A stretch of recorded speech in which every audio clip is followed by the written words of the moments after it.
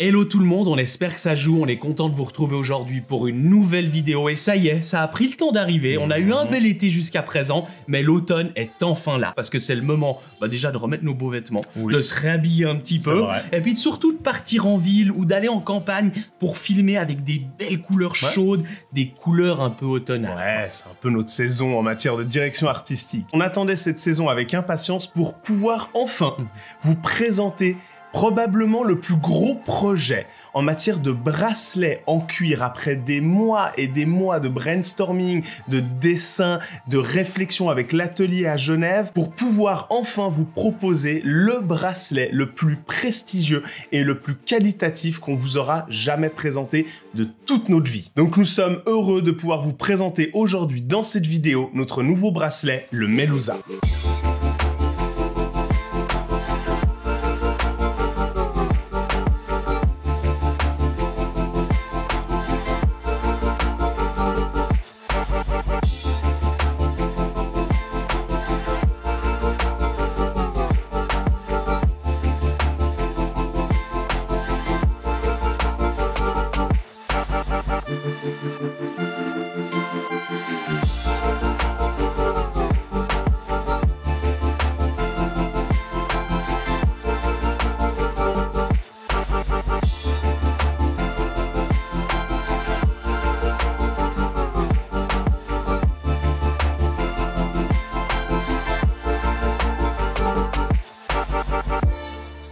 Et avant de vous présenter comme il se doit notre nouveau bracelet Melusa et vous dire aussi un petit peu d'où ce nom vient, parce que ça peut paraître étrange pour la plupart d'entre vous, eh ben on va s'attarder 2 minutes sur la montre qu'on a fini par choisir pour équiper ce nouveau bracelet. On voulait un peu marquer le coup. On aurait pu, bien entendu, profiter de prendre l'une des montres qu'on a déjà la chance de posséder dans nos collections respectives. Ça aurait pu très bien le faire. Mais pour le coup, comme là il s'agit du bracelet le plus prestigieux, le plus qualitatif, le plus haut de gamme qu'on ait jamais fait créer par l'atelier Genevois Pollux avec qui on collabore et ça depuis le début, on voulait quelque chose d'exceptionnel, une montre qui vraiment marque le coup et qui soit à la hauteur de ce bracelet un peu quelque part. Le genre de montre suffisamment exceptionnel pour qu'on sait que Jean Assaiement n'aura pas tellement la chance de pouvoir porter 2 fois de suite dans nos vies. Le genre de montre qui ne s'oublie vraiment pas de sitôt. Quoi. Et pour trouver la fameuse pépite pour équiper notre bracelet, on a fait appel à notre plus beau joker qu'on avait en notre possession. Il y a quelque temps, Stanislas et Laurent Ponty, qui sont les fondateurs de la maison Ponty, donc une maison de vente qui est ici à Genève, en vieille ville, qui propose des montres d'occasion, des montres vintage, mais surtout du très haut de gamme. Patek Philippe, Audemars Piguet, je vous sens passer des meilleurs. Il y a de quoi faire. Ils nous avaient déjà à l'époque, Stan, proposé pour un quelconque projet, de nous prêter une montre de notre choix. Et puis là, on s'est dit, c'est quoi pour le coup, franchement, on va le prendre au mot, quoi. Ça tombait plutôt bien. Alors, il a fallu que Jonas et moi rentions chez Ponty avec Stan pour nous accompagner. On a pu regarder toutes les belles montres qu'il a à sa disposition. On a pu faire un peu un choix en sachant que Jonas et moi avions déjà une forme de présélection. On savait qu'on voulait aller sur du Patek Philippe, mais on savait pas exactement laquelle. Donc, on a pu faire un peu notre belle emplette et ça, on va pas se plaindre, c'était très chouette. Et il s'avère qu'au bout d'un petit moment, au bout de quelques recherches, d'essayages, etc., avec Stan, on s'est arrêté sur un modèle très précis, une Patek Philippe chronographe, référence 5070J. Et c'est une montre qui date de 1998. Et comme vous pouvez certainement le comprendre, le lien entre la Patek Philippe et notre nouveau bracelet, ça fait sens à 100%, 2 masterpieces qui se rencontrent.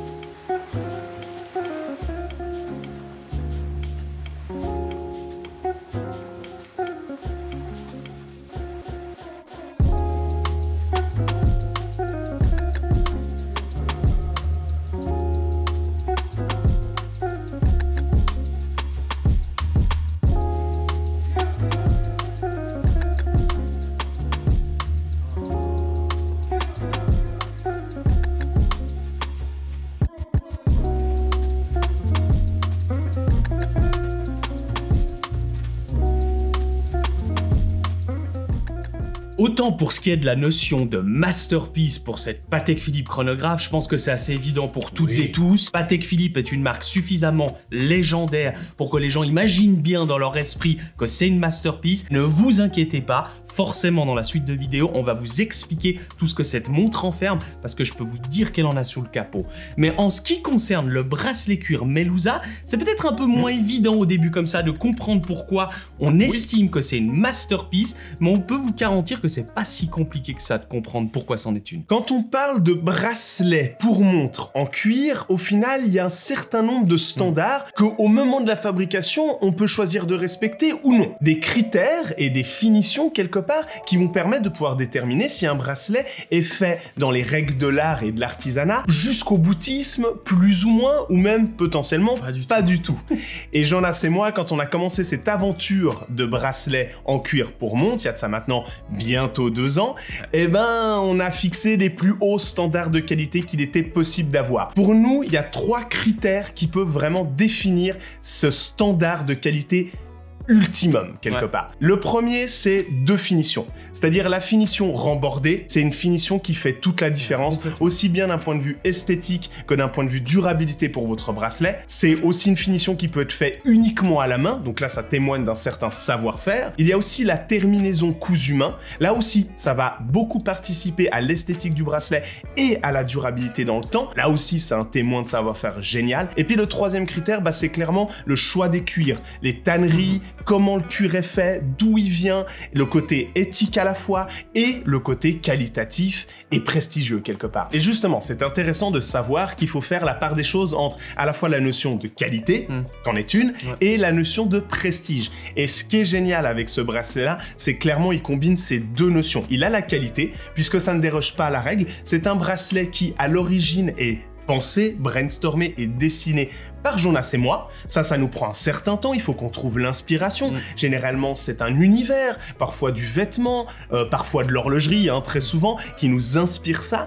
Et puis ensuite, le tout, ces dessins-là sont envoyés directement à l'atelier à Genève avec qui on fonctionne, et ça depuis le début, qui fait tout à la main, avec des hommes et des femmes incroyables, avec des savoir-faire géniaux. Et eux, ensuite, ils y vont. Ils y vont avec ces différentes finitions dont je vous ai parlé il y a quelques temps, pour justement avoir cette notion de qualité ultra incroyable. Et c'est là où on explique que pour nous c'est une masterpiece, puisque tous les autres bracelets de notre collection sont faits de la même manière, en matière de c'est-à-dire qu'ils respectent l'ensemble de notre cahier des charges de qualité, mais cette fois-ci ce bracelet a un petit quelque chose en plus, c'est-à-dire qu'il a un double alligator. Donc on vous explique, accrochez-vous bien, c'est parti. La partie du dessus, qu'on appelle le manteau, est composée d'alligator, avec une écaille qu'on a l'habitude de voir dans les bracelets haut de gamme, c'est-à-dire une écaille rectangulaire, plutôt symétrique, avec ce fameux rembordé. Là c'est de nouveau une notion de qualité. Et puis de l'autre côté, donc c'est-à-dire à l'intérieur du bracelet, on retrouve la doublure, et d'habitude elle est souvent en tannage de veau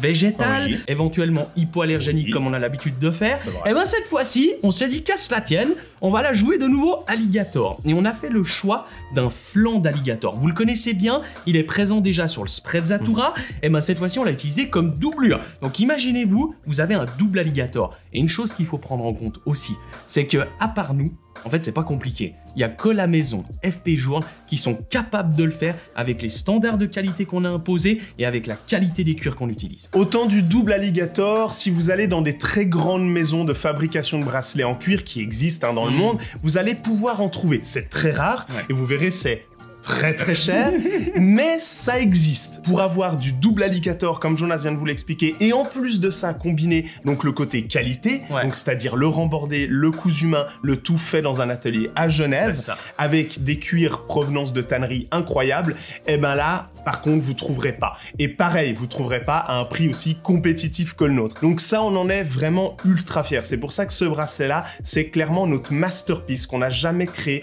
depuis le début de cette aventure de bracelet. Parce qu'il combine tout. Il combine cette rigueur de qualité artisanale que Jonas et moi avons depuis le début. Et en plus de ça, là, on s'est fait un gros kiff. On est sur quelque chose de vraiment ultra prestigieux, qui est vraiment historiquement très apprécié et que très peu de manufactures font encore. Et ouais, et il y a un truc qu'on a oublié de dire, c'est que le cuir, il est vintage. Et ça rajoute quelque chose. C'est-à-dire que d'habitude, on a plutôt coutume de voir des cuirs actuels. Et ben cette fois-ci, c'est pas un cuir de dernière génération, c'est un cuir de fin des des années 90. Pour vous faire le petit historique, Pollux, ils ont des cuirs depuis déjà un petit moment qu'ils avaient acheté dans une tannerie italienne, Caravelle, qui est très connue, leader dans les cuirs exotiques, et ils ont acheté déjà ça fin des années 90, et ce cuir-là, ils l'ont mis de côté parce qu'ils savaient pas qu'à un moment donné, il y allait avoir deux Gugus qui voudraient faire un projet. Il nous a ressorti ses peaux, on est tombé sous le charme, il y a un toucher, il y a quelque chose de très naturel, patine déjà proche du cuir, c'est un truc de malade, Ouais. mais le petit problème à ça, c'est que du coup, on est extrêmement limité dans le nombre de peaux. Voilà, c'est pas compliqué. Eric nous a sorti un certain nombre de peaux, on a fait nos calculs avec lui et on sait qu'on va pouvoir produire uniquement 40 bracelets. Ouais, donc c'est déjà une belle quantité, mais on va pas se mentir, ça risque de partir assez vite. Donc si vous avez envie de craquer pour notre masterpiece Melusa, on vous donne rendez-vous sur le site internet watchurch.com et on vous dit pas le prix parce que franchement, on a hâte d'aller vous taper le site et que vous découvriez à quel point notre bracelet, on peut l'estimer le moins cher du marché pour une masterpiece pareille. Et pour finir avec le bracelet, après promis, on vient à la Patek et on va vous en parler, vous verrez, on va y aller à fond, elle est incroyable. On tenait aussi à vous expliquer pourquoi on a choisi le nom Melusa pour parler de ce nouveau bracelet, pour le nommer, hein, c'est comme ça que dorénavant il va s'appeler, le Melusa. Le Melusa, c'est une matière qui nous vient tout droit du monde du cigare. À l'origine, quand les feuilles de cigare sont encore sur pied, donc avant d'être récoltées, avant d'être séchées, avant d'être traitées pour véritablement pouvoir créer le cigare, et ben on a cette feuille qui est encore verte, on a cette feuille qui sécrète naturellement une sève qui colle aux mains des ouvriers, des artisans, des personnes qui sont là pour aller découper les feuilles de cigare directement dans les plantations pour ensuite aller le faire sécher. Et cette sève, bah, elle s'appelle par les artisans, c'est comme ça qu'ils l'appellent, la Melusa. Visiblement même de ce qu'on a pu lire sur internet, elle est même utilisée pour assembler l'entièreté du cigare, et le monde du cigare est un univers qui nous plaît, j'en ai moi beaucoup et ça depuis des années. C'est un univers avec lequel on consomme avec parcimonie, mais c'est un bel univers selon nous. C'est un univers aussi d'artisanat, c'est un univers de contemplation. Bref, c'est un univers qu'on apprécie. Et quand on a vu chez Pollux, bah justement les fameux cuirs vintage dont Jonas vous parlait, eh ben, on n'a pas pu s'empêcher de voir ces couleurs tabac, ces couleurs caramel, du flanc, de la partie extérieure, et on s'est dit c'est tout trouvé. Il faut qu'on le mêle à l'univers du cigare, et c'est là où on a trouvé le nom Melusa.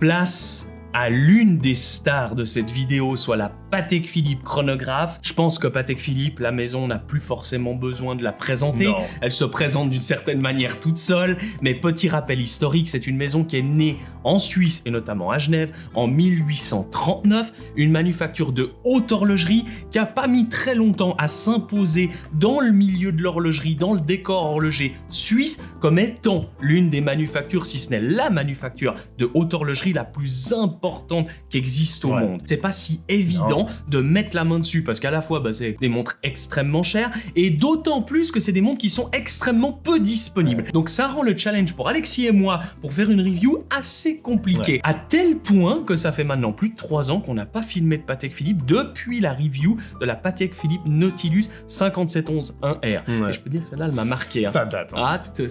Comme on vous le disait plus tôt, grâce à Ponty, grâce au magasin Ponty, on a la chance. J'en ai moi aujourd'hui de pouvoir renouveler cette expérience, de pouvoir à nouveau mettre les mains sur une Patek Philippe, de pouvoir la filmer, de pouvoir vous la présenter. Et on va pas tourner autour du pot très très longtemps.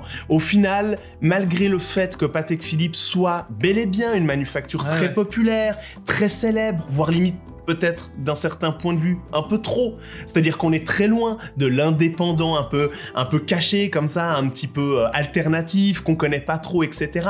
Mais c'est toujours extrêmement beau, c'est toujours extrêmement poétique, ça nous procure des frissons incroyables et peu de fois on a la chance de pouvoir mettre les mains sur une Patek, c'est toujours un frisson de fou. Ouais. Et ça, je pense que ça changera pas trop. Il y a un affect pour Jonas et moi pour cette manufacture qui est quand même un peu exceptionnelle. Carrément, et d'autant plus quand on est en face d'une pièce assez incroyable qui chamboule un petit peu les codes de Patek Philippe, d'autant plus qu'elle a l'avantage d'être une montre en design assez simple, héritée tout droit du monde militaire, avec un côté très vintage, parce qu'il faut savoir une chose, c'est que déjà Patek Philippe, dans le 20e siècle, début du 20e siècle, ont été spécialisés dans le chronographe, et d'autant plus, il y a une chose qui est assez marquante avec cette montre-là, c'est qu'elle est héritée tout droit d'un modèle unique que vous pouvez apercevoir si jamais au musée Patek Philippe à Genève, la 2512, datant de 1952, et déjà là, en 1952, je peux te dire qu'ils ont fait quelque chose d'assez fort, c'est qu'ils ont sorti une montre avec un diamètre de 46 mm. Et ça, c'est quand même assez cossu pour l'époque. C'était taré. L'idée de Patek en 52, c'était de créer un modèle unique qui vraiment s'inspire de ces montres d'aviation, de ces montres militaires. Donc, qui dit aviation, dit forcément chronographe, dit forcément aussi très grand diamètre, très grand cadran, pour une superbe lisibilité, avec ces fameux poussoirs rectangulaires qui lui amènent énormément de charme. Bref, c'était une montre pour les années 50 qui dépassait pour la première fois de l'histoire de Patek Philippe les 40 mm, carrément même. Le symbolique des 40 mm, elle était déjà en or jaune à l'époque, elle reprenait déjà ce design aujourd'hui qui est resté en fait sur cette réinterprétation de 1998, donc cette fameuse référence 50-70J. On est sur une montre qui garde des gaudrons au niveau des cornes, qui garde des niveaux comme ça au niveau de la carrure, de la lunette. Dans la masse en or jaune, donc on reprend l'or jaune qui était déjà présent en 1952. Après, elle a été déclinée en platine et en or blanc. Mais bon, ça on n'a pas pu l'avoir entre les mains. On va pas avoir toute la collection non plus, faut pas déconner. Mais il y a plusieurs choses qui ont été reprises, notamment le cadran, la complication aussi, le chronographe. Par contre, on a perdu une chose, c'est qu'on a perdu la complication rattrapante. Alors la rattrapante était très cool, je pense que devait avoir un sacré charme. Oui, puis dans l'aviation. En l'aviation, ça a complètement son sens. Et je pense que Patek a voulu la jouer un poquito plus simple. Ils l'ont joué en chronographe, mais ils ont gardé les poussoirs rectangulaires. Enfin, je veux dire, on est vraiment sur la même montre. À la différence près, c'est qu'elle passe de 46 à 42 mm. Et ça, on doit l'avouer que si elle était en 46, il n'y aurait pas eu le même effet quand même. À porter, ça aurait été très impressionnant. Mais à porter au quotidien, ça aurait fait peut-être un petit peu bizarre. Une démonstration de style, peut-être. Mais 42 mm, c'est déjà bien présent. C'est déjà là. Il se porte parfaitement avec son cadran noir laqué, qui est juste absolument fantastique. Ces deux compteurs qui prennent à la fois suffisamment de place, mais pas trop. Bref, on est sur une montre absolument incroyable. Et je pense qu'il n'y a pas mieux pour se rendre compte à quel point cette montre est incroyable que quand on la retourne. C'est l'effet Patek. Voilà, c'est pas bien plus compliqué. Il y a l'effet papillon, il y a l'effet Patek. Exactement. On retourne la montre et on voit ce calibre absolument incroyable. Le CH2770 de chez Patek Philippe. Tu t'as fait tes cours. Je m'en suis souvenu, quand ça marque, ça marque. Il n'y a pas de... C'est issu sur une ébauche à la base de New Le Mania, ils appellent ça comme ça. Le Mania, je pense que vous connaissez toutes et tous plus ou moins, surtout pour leur calibre chronographe, c'est vraiment là où ils excellaient le plus. On connaît notamment le fameux calibre 321 sur la Speedmaster, donc un calibre mythique. Et là, pour le coup, chez Patek Philippe, c'est encore un autre level. C'est décoré à la perfection, c'est anglais main partout. Les côtes de Genève sont tarés. Malheureusement, je dirais que la roue à colonne est cachée. Tradition Patek oblige, c'est toujours un petit peu dommage, mais ça fait partie du charme Patek. Ça fait partie du charme. Au moins, on a un fond transparent. On voit les ponts, donc chaque pont du calibre qui est vraiment travaillé individuellement, qui est évidé, polymain, anglais, qui est évidé un maximum pour vraiment avoir cette sensation que quand on regarde le mouvement, vraiment, on s'y plonge un petit peu de la même manière que quand on met son œil dans un télescope et qu'on regarde la Voie lactée. Il y a tellement de niveaux d'information, tellement de choses à regarder qu'on s'y perd. Et qu'importe l'œil plus ou moins expérimenté en horlogerie qu'on a ou pas, finalement c'est quelque chose qui nous transporte et c'est quelque chose qui nous hypnotise. Et c'est un peu comme on évoquait il y a 3 ans avec la Nautilus 5711 1R. Et quand on a une montre Patek Philippe d'un standard, d'une qualité pareille, d'un prix aussi important. Bien entendu, on ne peut que s'empêcher d'avoir des regards d'enfants ou même de jeunes adultes, on va se dire encore jeunes, ou même de passionnés, d'adultes, etc. comme si on était au musée, en face d'un Picasso, d'un Basquiat. On est en train de regarder un tableau et ça nous fait rêver, ça nous évoque des choses et à aucun moment de notre vie, on s'imagine un seul instant l'installer dans son salon parce qu'on n'en a pas les moyens en ce qui nous concerne, mais par contre on rêve, ça nous fait kiffer. Et quand on va remettre sa propre montre le lendemain, peu importe, que ça soit une Nomos, que ça soit une Grand Seiko, que ça soit une Omega, je vous en passe des meilleurs, et ben on a un frisson parce qu'on a vu ce que l'horlogerie est capable de faire dans la haute horlogerie, et puis ben on se retrouve avec notre montre puis on se dit ouais. Il y a un peu de ça. C'est quand même cossu, quoi. Il y a un tout petit peu de ça et ça fait rêver et c'est hyper important. Et autant, comme le disait Jonas, pour cette Patek Philippe, à moins qu'on... Voilà, il y a des choses qu'on ne sait pas et tant mieux pour vous, mais ça va être compliqué de vous l'imaginer, de vous l'approprier comme ça dans vos têtes, contrairement à certaines montres qu'on a la chance de pouvoir présenter sur la chaîne YouTube. Autant...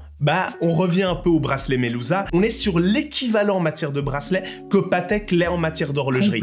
Donc, potentiellement, allez voir notre site internet. Vous verrez aussi des belles photos, etc. Dites-nous ce que vous en pensez et potentiellement craquez parce que, on le répète, 40 exemplaires, c'est pas beaucoup. Donc allez-y et faites-vous peut-être plaisir. Ouais, surtout qu'en sachant que le prix du bracelet est quand même un peu plus atteignable que le prix de la Patek. C'est ça. On va pas se mentir. C'est ça.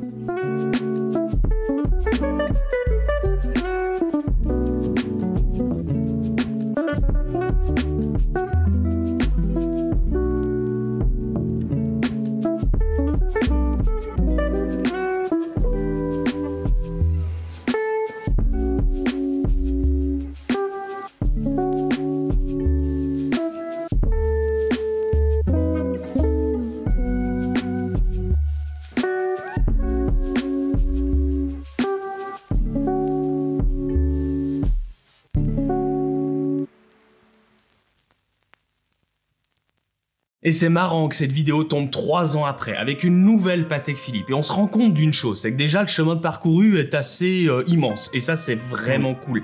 Et en plus de ça, nos goûts ont quand même vachement évolué. C'est-à-dire qu'il y a 3 ans, cette 5711 Nautilus 1R nous a fait énormément kiffer. Ça reste une montre de malade. Ça reste une montre de quand on la passe au poignet, elle nous fait le grand frisson. Ça reste une Patek. Mais on doit avouer que de plus en plus, on est à la recherche un peu de cette petite différence, de ce côté un peu plus niche, de ce côté un peu plus indépendant aussi d'une certaine manière, ou du moins quand on reste dans une grande marque comme peut l'être Patek Philippe, avoir un modèle qui dénote un peu, qui bouscule un petit peu les codes. Et c'est ça qui nous fait kiffer vraiment dans l'horlogerie. On peut même transposer ça en parallèle avec notre démarche à Jonas et moi quand on fait ces bracelets en cuir, quand on essaie de créer quelque chose de nouveau, une nouvelle collection. Vous voyez, il n'y a pas non plus une nouvelle collection toutes les semaines, c'est pas pour rien, c'est parce qu'à un moment donné on essaye de s'inspirer, on essaye de trouver la bonne idée, ce truc qui changera un petit peu, qui est peut-être pas trop vu, ou alors si c'est bien vu, on essaie de le réinterpréter un peu à notre sauce, toujours en collaboration et avec des idées communes avec l'atelier à Genève avec qui on collabore et ça depuis le début, donc c'est génial, on a un partenariat absolument incroyable et on espère qu'avec ce Melusa, vous l'aurez vu aussi, ce côté qualitatif, ce côté prestigieux et puis ce côté aussi quelque part un petit peu cassage de code, ce côté originalité. Et ça, on en est très fiers. Et c'est pour ça qu'on tenait aussi à vous dire que si, grâce à cette vidéo, grâce à nos explications, grâce à notre sincérité quelque part, vous finissez par acheter peut-être le bracelet Melusa directement, ou même potentiellement un autre bracelet de nos autres collections, franchement, on vous remercie sincèrement. C'est une confiance immense que vous nous accordez, c'est une fierté incroyable de notre part, parce qu'on en est extrêmement fiers de ces bracelets. C'est un produit extrêmement qualitatif, et franchement, ça nous touche beaucoup, et ça nous soutient énormément. Ouais, complètement. Et si vous pouvez, comme d'habitude, faire une petite photo une fois que vous avez reçu votre bracelet, d'autant plus si vous êtes éventuellement amatrice ou amateur de cigares, avec un Melusa au poignet en train de fumer un cigare, nous c'est bon, vous nous avez conquis. Et on a hâte de vous retrouver avec la suite des événements, des prochains projets qui nous restent jusqu'à la fin de cette année 2023. Comme d'habitude, n'hésitez pas à liker cette vidéo, à la partager, à nous suivre, mais on espère que c'est déjà fait. Et comme d'habitude, on se retrouve sur une prochaine vidéo et n'oubliez pas, d'ici là, soyez à l'heure.